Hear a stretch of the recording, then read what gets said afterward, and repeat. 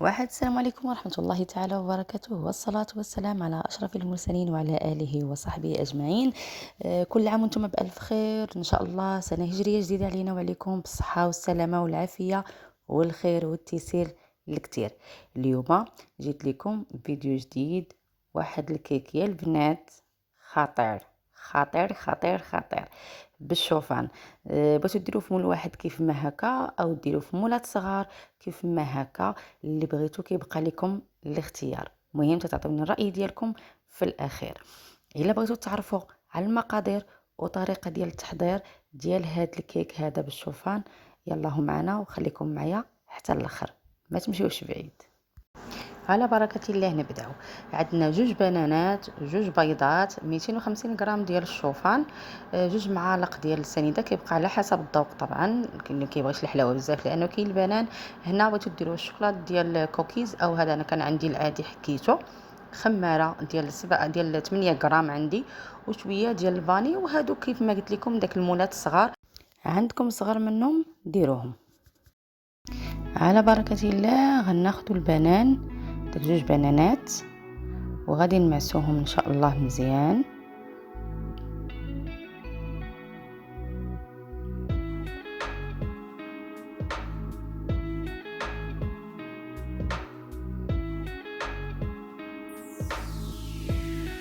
غنزيدو عليهم 2 بيضات،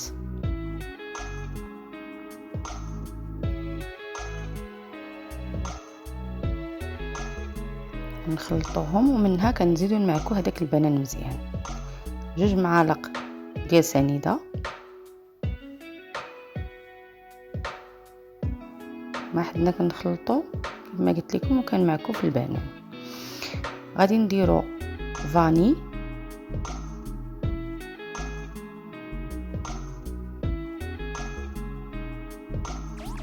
كما قلت لكم ما غنديروهاش كامله.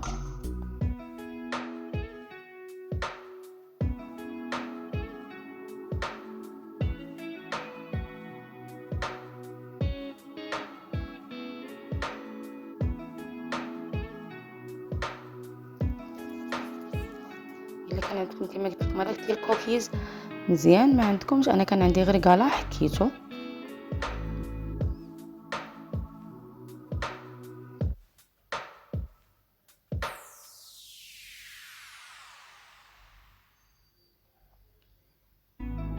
من بعد ان شاء الله غادي نزيدو الشوفان وغادي نخلطو كل شيء.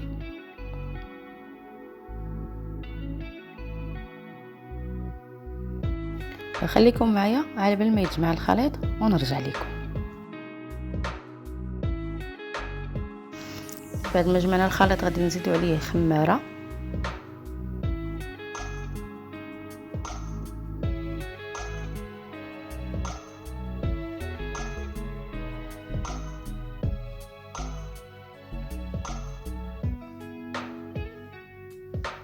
واش كيطرى لكم بحال هكا ديما في الخماره كطير، تديوش على ديك الروينه.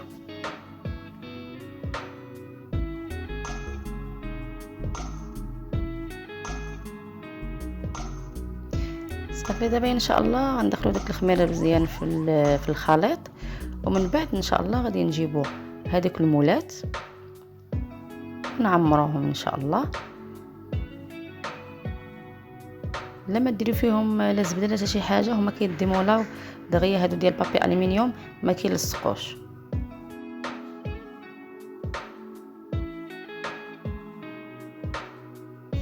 نحاولوا ان شاء الله ما نعمروهمش حتى الفوق لانهم غادي يتنفخوا مع الخميره. نكمل انا ان شاء الله تعمر ونرجع لكم من بعد. خليكم معايا ما تمشيوش بعيد. كما كتشوفوا انا خرجت لي 6. الا درتو نتوما طبعا مولات صغيورين غادي يخرج لكم اكثر. غنشعل عليهم الفران الفوق لتحت على درجه 250 ونرجع لكم. ها هي الكيكه من بعد ما حيدنا من داك المولات راه كتحيد بسهوله بزاف، كتجي رطبه وهشيشه. غير انا كما قلت لكم هذاك المول جاني كبير، ما جاتش غليظه بزاف، ولكن جات هشيشه من الداخل وباينه معلكه. راه كلاو ليا 2 تكلاو بقاو غير هاد الربعه هادو. المهم كيف ما كتشوفوا هنا زوقناها بالبنان، كيبقى كل واحد عنده الاختيار يزوقها باش ما بغى. غير هي كما قلت لكم كتجي هشيشه ومعلكه من الداخل. انا غادي ندوقها معكم. على فكره انا اول مره كنصيبها، اول مره كنجربها معاكم. جات معلكه ديك التعليكه لداخل ديال البنان، كتجي زوينه. نتمنى انكم تجربوها نتوما، تردوا عليا الخبار، وكيف ديما ما تنسونيش من اللايكات والتعاليق ديالكم الزوينه. واللي باقي ما اشتركش طبعا يشترك وينضم للاسره ديالنا الصغيره اللي غتكبر ان شاء الله بكم. رجعت لكم هنايا مره اخرى، عاودت صيبتها، درتها في مول هكا واحد، قلت نجربها عاوتاني لان فعلا عجبتهم، وكنت درتها غير قليله. هنا هي خرجت من الفران جات احسن. انا عجبتني هكا، غير تبرد ونديمو ليها ونحطها معكم في طبق التقديم. كما كتشوفوا انا زوقتها هنايا، زوقتها بالكركاع، راه محاش كيبان لانه بحال كيبان نفس اللون. درت فيها البنان، وكما قلت لكم نتوما كيبقى لكم الاختيار ديال انكم تزوقها كيف ما كان. غير انا حاجه وحده، قولوا لي الراي ديالكم شكون كيشاطرني. انا عجبتني في مول واحد احسن من انهم يكونوا داك المولات الصغار، انا جاتني هكا احسن.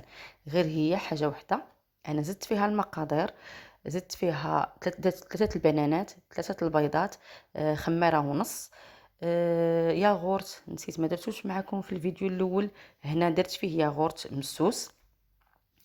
وشنو اخر، وزدت في الشوفان. صافي، شكون اللي غادي يشاطرني الراي ديالي؟ تخليو لي الراي ديالكم في التعاليق وتقولوا لي شكون اللي جاكم احسن، واش مولات صغار ولا هاد المول واحد. هي اللي زوين فيها، اللي زوين فيها فعلا انني من غادي نقطعها معكم غتشوفوا هذيك التعليكه ديالها من الداخل. ها نتوما كما كتشوفوا التعليكه ديالها بالشوكولاط وهذا، كتجي معلكه من الداخل وزوينه وصحيه بالشوفان. نتمنى انكم تجربوها وان شاء الله غادي تعجبكم، اكيد يا البنات غادي تعجبكم. المهم انا كنت صيبتها للكاسكروط، وغنشربوها ان شاء الله مع قهوه بالصحه وبالراحه. وهنا كيسالي الفيديو ديالنا، غادي نقول لكم بسلامه، استودعكم الله الذي لا تضيع ودائعه. دمتم في رعايه الله وحفظه، وكل عام وانتم بألف خير.